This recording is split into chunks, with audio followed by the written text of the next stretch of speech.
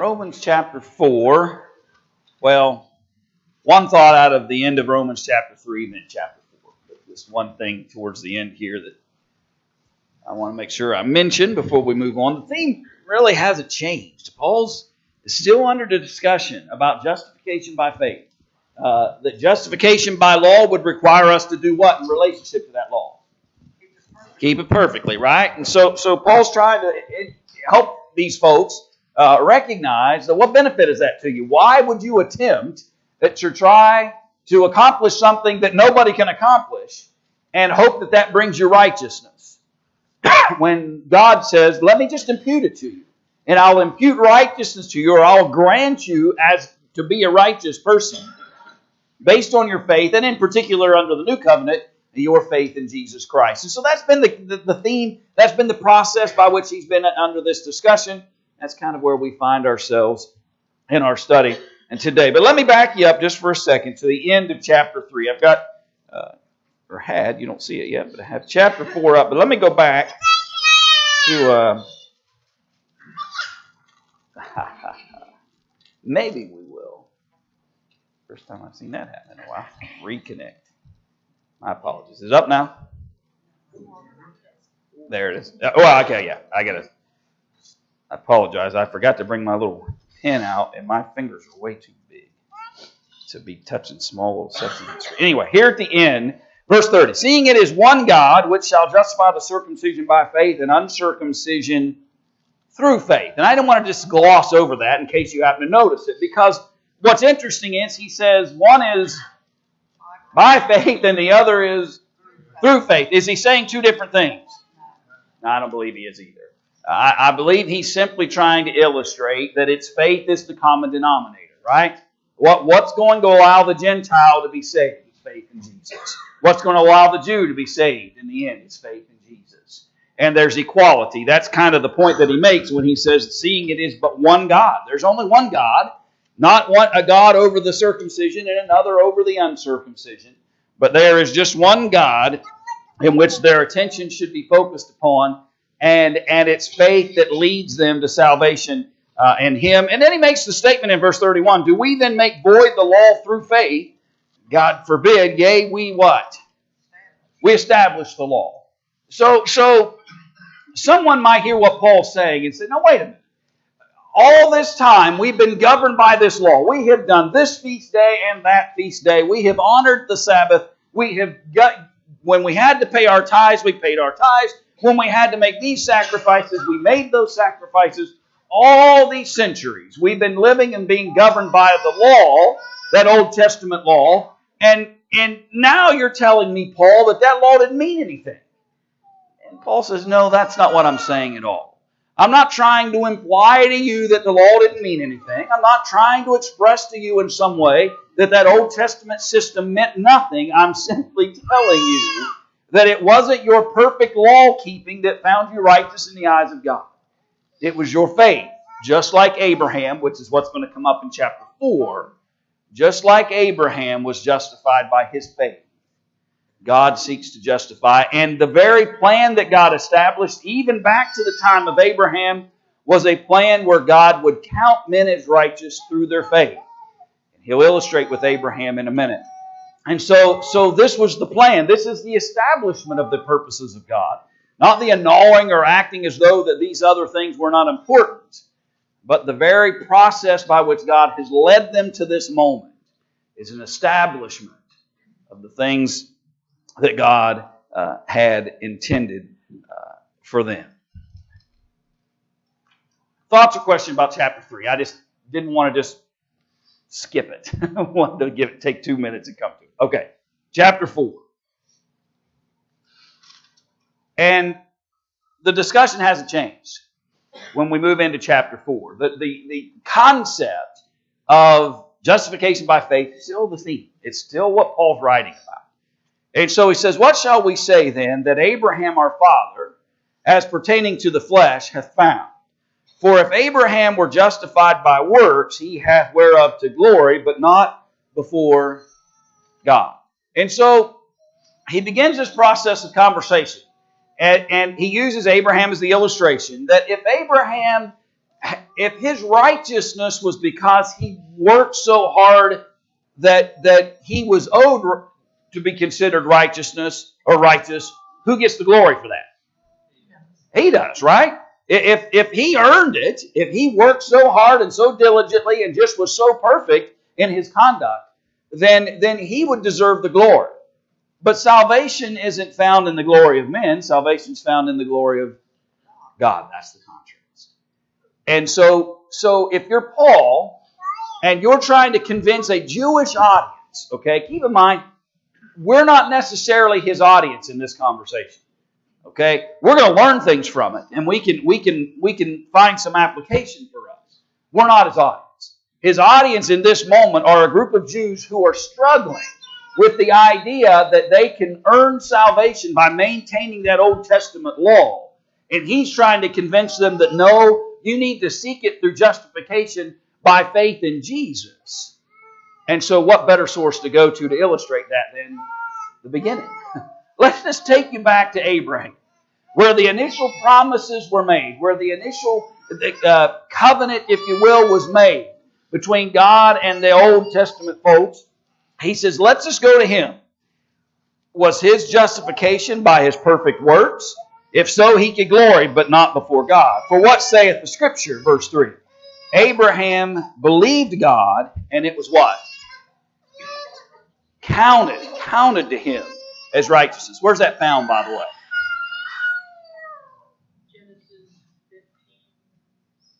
That is correct. Genesis 15:6 is where that statement from Scripture is found, where we're taught that Abraham's belief is why God counted him as righteous. Did Abraham have to do some right things? Did he have to go and offer his son? Yes, and he was about ready to fulfill the obligation of that before God stops him. Were there things, obviously, that God had asked of him? He says, leave what? Yeah, leave home and go to a place that I will show you. Did he have to do that in order to fulfill what God wanted from him? All of the above, right? He wasn't excused. He didn't get permission to do whatever he wanted.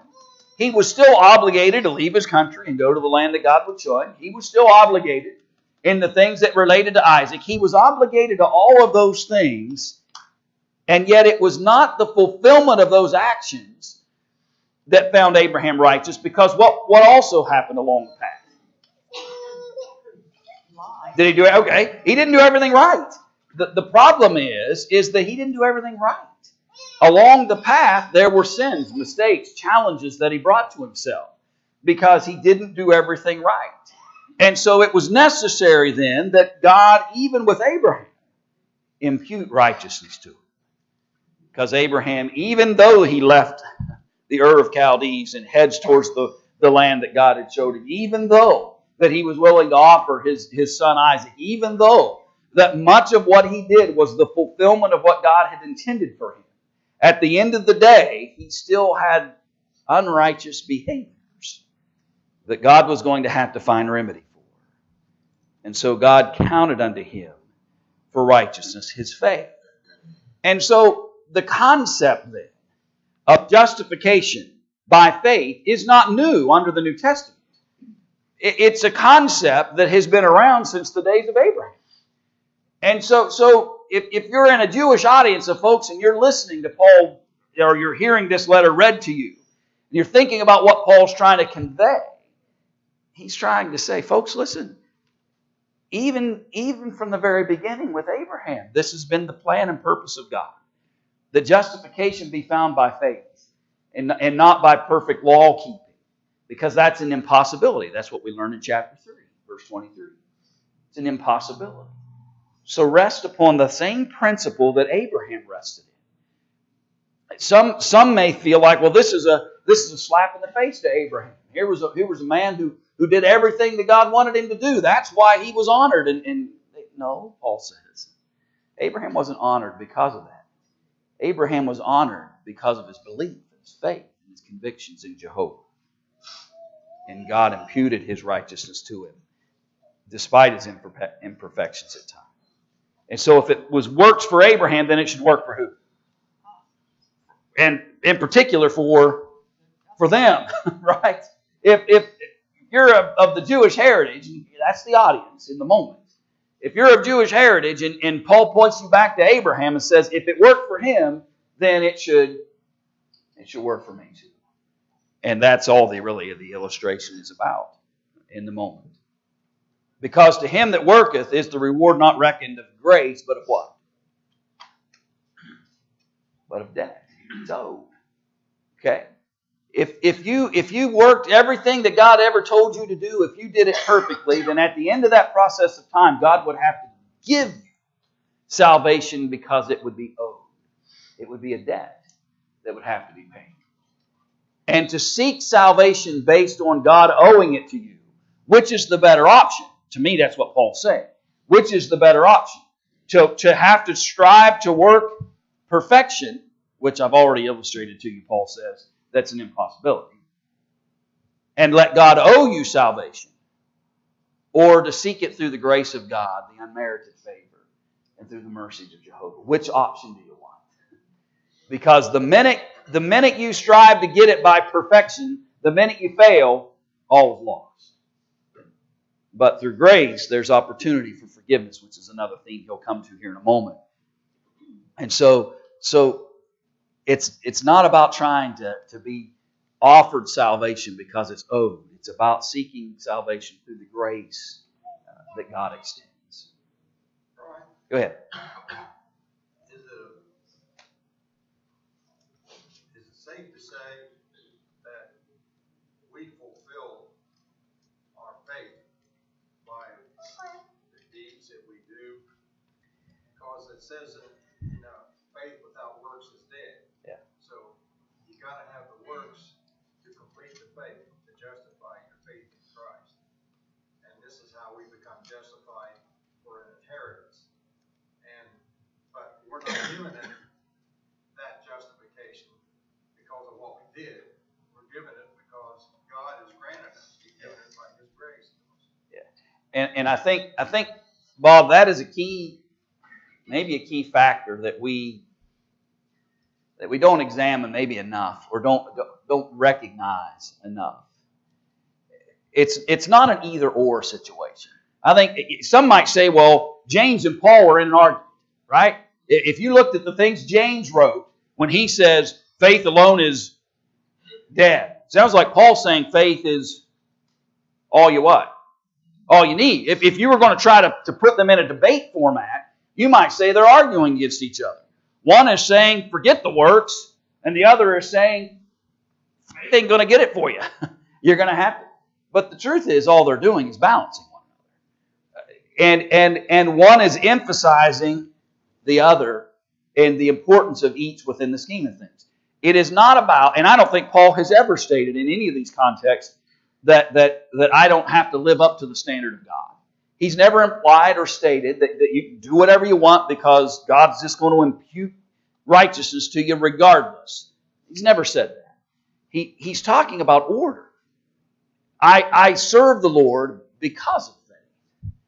I don't receive salvation because of the works. I do the works because that's where the faith is leading me.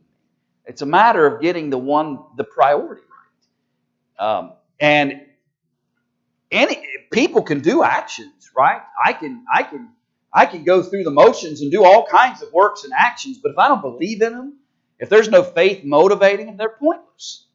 I could go into that baptistry 100 times, and if no faith was the motivating factor behind it, then it's a pointless work. It's just an action that has no meaning. The faith has to be faith is what leads us to it. And that's really what I believe he's pushing for here, for them to recognize. And again, remember the audience. An audience that's attempting to, as we'll learn later in the letter, and it's hard because we're kind of dissecting it as we go, but there's a whole thought process that's within the letter. And later he's going to talk about the fact that quit trying to force people to do works of the Old Testament law as if their faith or their salvation depended on it. You don't need to do that, because faith in Jesus is what's going to seek or help them find justification. In fact, in Paul's own words, in Philippians chapter 2 and verse 12, he says, work out your own salvation with what? Fear and trembling. Work out your own salvation with fear and trembling. So to try to imply that the Apostle Paul is giving people permission to not do whatever you want, no accountability, no responsibility, God's just going to grant it to you, would be to argue with himself when he makes that statement to the Philippian church when he writes that letter to them. That's not the theme at all within the narrative. Right. Whatever you do in word or deed, do all in. Yeah, Lord. Yep. Isn't it Paul that said, should we sin more, the grace should abound? Yeah, and that's where we'll get here in a couple of chapters as it relates to that. And how do I respond to this knowledge of justification by faith? And he'll talk about that as we move forward. Without God's grace, we wouldn't have a chance. Yeah. And again, this isn't a discussion about whether I'm personally accountable or not. This is about how righteousness is imputed through the hands of God, not by personal perfection or action. Notice verse 5. But to him that worketh not, but believeth on him that justifieth the ungodly, his faith is counted for righteousness. And again, this comes on the heels of the beginning of the conversation in verse 4, when he talks about this reckoning and how we're going to receive the salvation found in God. And so it's not the fellow who's working for it, who's trying to get it owed to him. It's the one who believes and seeks justification. Though there's sin and ungodliness in his life, he seeks the forgiveness of God and seeks to be deemed as righteous in the eyes of God. And so the question again simply is, which classification is most preferable? I'm going to earn it, or God's going to deem it unto me? And that's where we find ourselves. Then to who does he point to in verse 6? David. Points to David. All right, so you want to illustrate to a Jewish audience the importance of faith.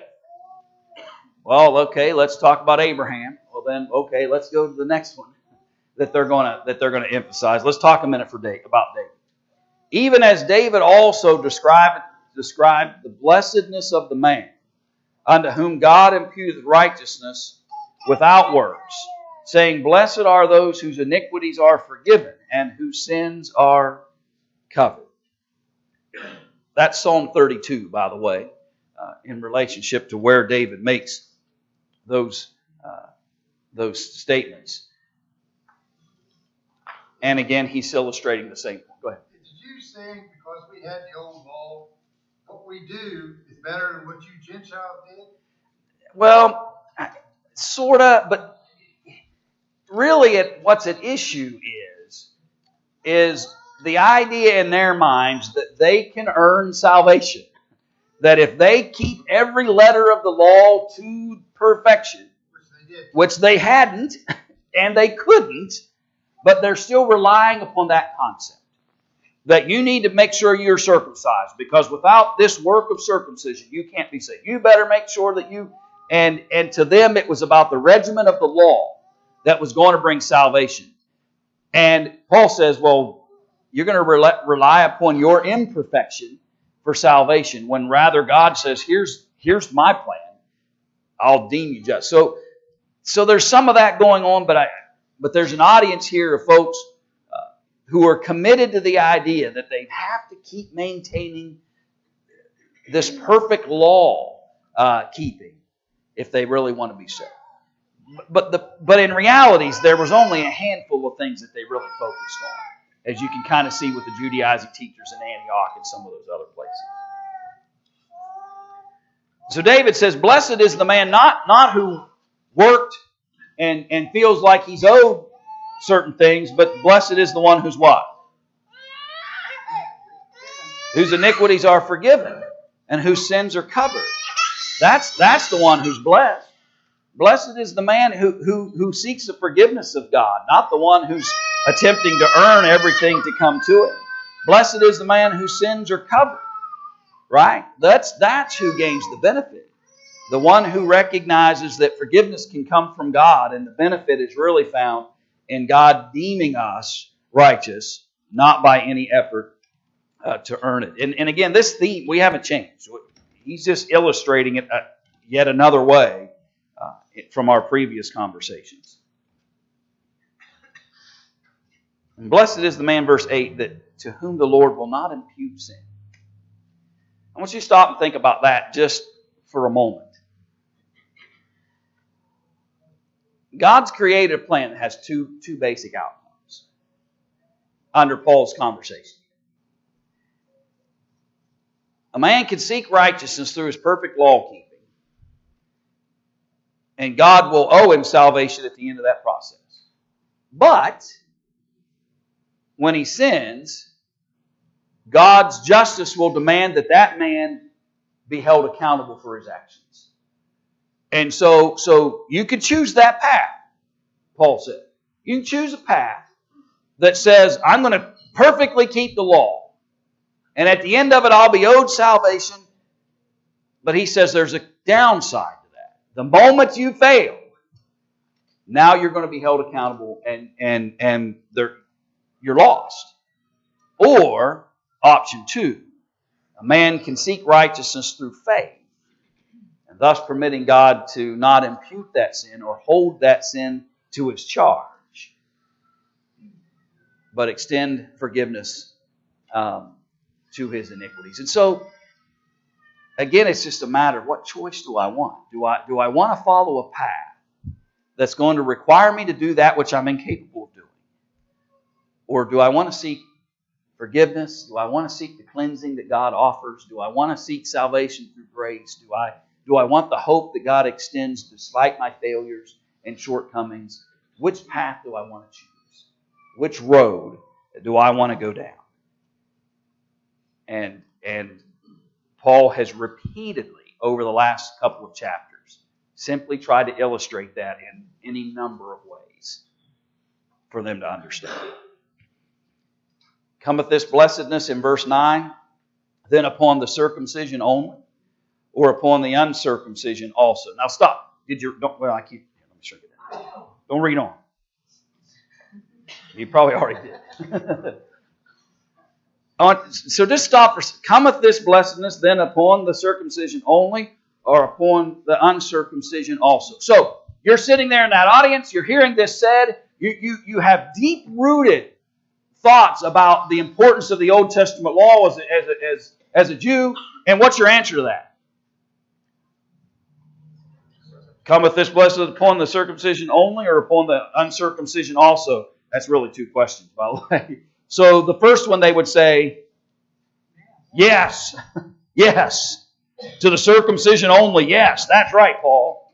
Or upon the uncircumcision also. No. Just to the circumcision. But then Paul says, now wait a second, though. He almost anticipates the answer. Only the circumcision can have salvation. But he says there's a problem. For we say that faith was reckoned to Abraham for righteousness before or after circumcision came? Before. Abraham was accounted righteous before the law of circumcision came to be. And now, if you're arguing, back it up again, hide that section for a moment once again. If my idea is, oh yes, circumcision only, I just condemned who? I just condemned Abraham. Paul has an interesting way sometimes. I wouldn't want to debate any of the apostles for that matter, but I would not want to be in a debate format with the Apostle Paul, because his ability to weave an argument is amazing to me. Because he plays upon what he kind of feels their response is going to be, right? Because that's what they've been relying upon. Perfect law keeping. Got to be circumcised. You better not eat of that part of the animal. You better make sure you stay away from blood. You better make sure, right? And so they've been pushing those Jewish laws on everybody. And then he just reminds them that, well, you're pushing circumcision as the way in which somebody is deemed righteous. Well, Abraham wouldn't even fit into that qualification. His righteousness was accounted to him prior to that. He received the sign, verse 11, of circumcision a seal of the righteousness of the faith which he had yet being uncircumcised. Circumcision came about because of his faith, because of who he was, because God had deemed him righteous, because of those characteristics and that choice that God had made. God determined to use him to bless all nations of the earth. But all of this happened prior to circumcision. And circumcision was a sign. It sealed, if you will, the covenant made between God and Abraham because of his faith. Not because of circumcision. He was in an uncircumcised moment when all of that occurred. That he might be the father of whom? Of all them that believe. The wisdom of God is interesting in so many facets.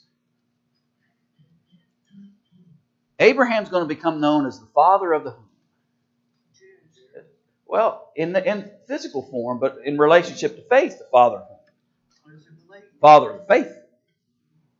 Becomes the father of the faithful, and he says, the father unto all of them, that he might be the father of all them that believe, though they be not circumcised, that righteousness might be imputed unto them also. In the wisdom of God, He uses the faith of Abraham and imputes righteousness to it, and allows Abraham to become an example not just to the Jewish heritage, but to any and all that would come to God, whether it be through under old times or through Jesus now under the New Testament. Because Abraham's faith was prior to the instructions of the law, even circumcision itself. And therefore he can be qualified as the father of the faithful, the father of all who will believe. And circumcision is irrelevant to the ability to be considered faithful in the eyes of God, because it didn't have any relevance when Abraham was deemed righteous through his faith. That word imputed, does that mean given to them? To their charge, yes. In a sense, and again, I don't have my pen, so it's hard for me to get to the small details. Right, it's not held to their charge. It's not. Yeah, and so in that, or it can be, he doesn't impute, he doesn't hold something to somebody's charge, or he offers it to them, and that's the sense of the righteousness in this account. The father of circumcision to them who are not of the circumcision only, but who also walk in the steps of that faith of our father Abraham, which he had been yet uncircumcised. Paul's just trying to illustrate the point he's been making all along. You can argue all day long, Paul says, about how it's the works of the law that deem a man righteous.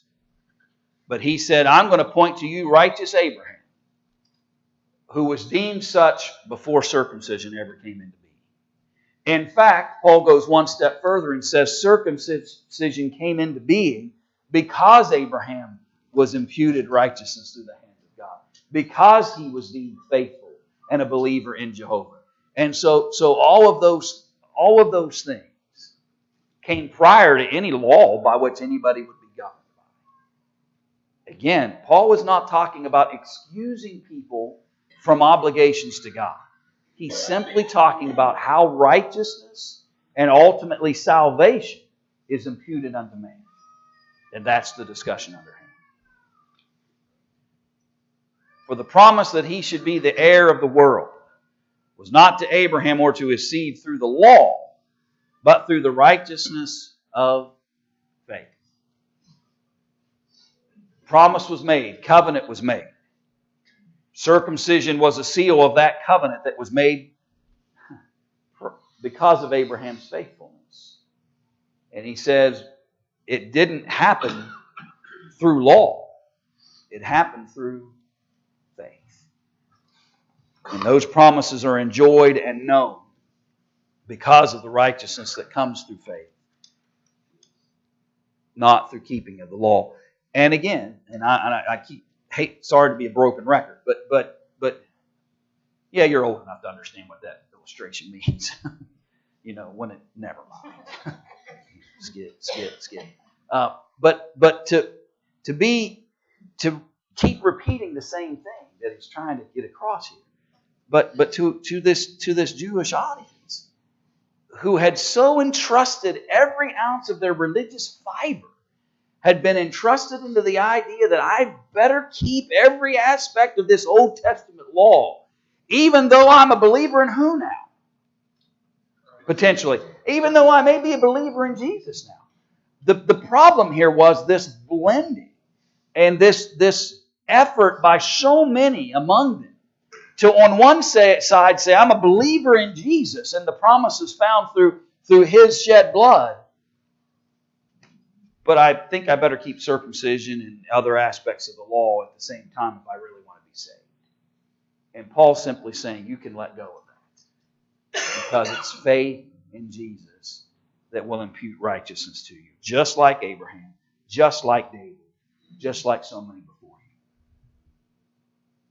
For if they which are of the law be heirs, faith is made void, and the promise made of none effect.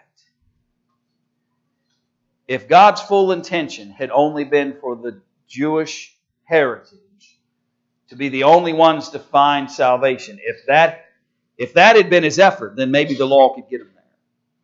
But His intention was not for just them. His intention and the promise made to Abraham was that he would become the father of all the faithful. That all men would have access through Jesus Christ. Through that seed, everyone gets to come. And He says, if you keep trying to justify folks through the law, then you're going to leave out a whole host of individuals who God intended for them to be heirs of His. And we void the very concept of faith the more we emphasize the idea of the acts of the law or what is necessary. And the promise made of none effect. Because the law worketh wrath. For where no law is, there is what? No transgression. I believe Paul was simply trying to illustrate that the focus or the purpose of law was to point out when the errors come. Here's the standard, and when you've reached that standard, here's the consequence. It provides no remedy within it. To answer, particularly, it doesn't provide the remedy to answer the just nature of God, who demands justice because of sin and failure. And so again, we studied this already, but God can impute that to man himself and say, you're accountable to that, and you're stuck with it. Or God can find a way, which He did through Jesus, that forgiveness can come. And God doesn't hold to our charge those sins in which are forgiven. But the law was there to illustrate where the mistakes are. When do you see the blue lights out here on the highway? When you go over them. They don't pull you over for 34 and a 35, right? They stop you when you transgress the law. And so the law doesn't really have much ability to do much else than to be established for the purpose of illustrating when folks step beyond it.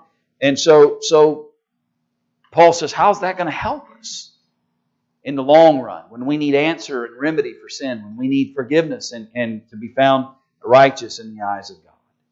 It only brings wrath and challenge and difficulty. Therefore it is of faith, that it might be by grace, to the end of the promise that might be sure to all the seed. Not to that only which is of the law, but to that also which is of the faith of Abraham, who is the father of us all. Keep emphasizing the old law, and you're gonna cast aside a whole group of individuals. But that wasn't God's promise, that wasn't His intent, that wasn't His purpose through Abraham. It was to be inclusive to everyone. And because of that, they were being challenged. As it is written, I have made thee a father of many nations, before Him whom he believed, even God, who quickeneth the dead, and calleth those things which be not as though they were. He, again, wants everyone to have access. Everyone to be able to come to the salvation that He offers. Not by any particular Old Testament law keeping, but by faith in Jesus. And He can, and we're dead because of what? Sins, but He can make us alive. Who quickeneth the dead and calleth those things which be not as though they were. Ultimately, who are you going to trust? And then we're going to have to rely upon God and the forgiveness that He offers and the benefits that He brings and the hope that He brings. Who against hope believed in hope, that He might become the father of many nations according to that which was spoken, so shall thy seed be. Should Abraham have had a child? No. In natural senses, the Bible seems to indicate that they had been long without, and in their minds would be without.